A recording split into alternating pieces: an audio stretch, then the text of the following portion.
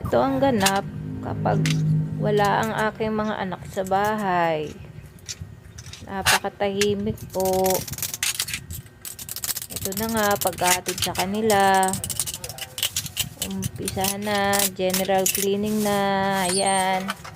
Linis dito, linis doon.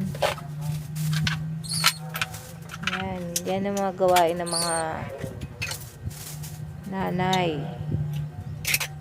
Maglinis, magluto, maglaba.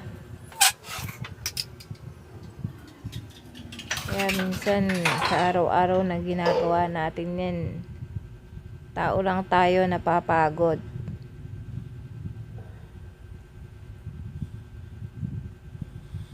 Na kailangan din natin ng break, magpahinga.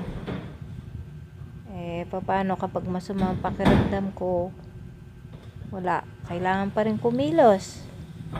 Ganun talaga, walang kikilos. Pag hindi ko na talaga kaya, walang maglilinis.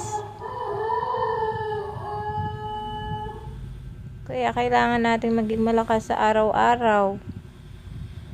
Kailangan natin bumangon at magsilbi. Kaya saludo ako sa lahat ng mga magulang na pinagsisilbihan ng kanilang pamilya, nagtatrabaho para sa kanilang pamilya, tumutulong para sa kanilang pamilya. Sino ba naman hong taong ayaw tumulong sa pamilya? Siyempre lahat naman po tayo gustong makatulong sa ating pamilya. Kaya napakalaking bagay na po yung mga ginagawa ng mga nanay na iiwan sa bahay. Sila yung naglilinis, nagluluto. Wala pong day off ang pagiging ina.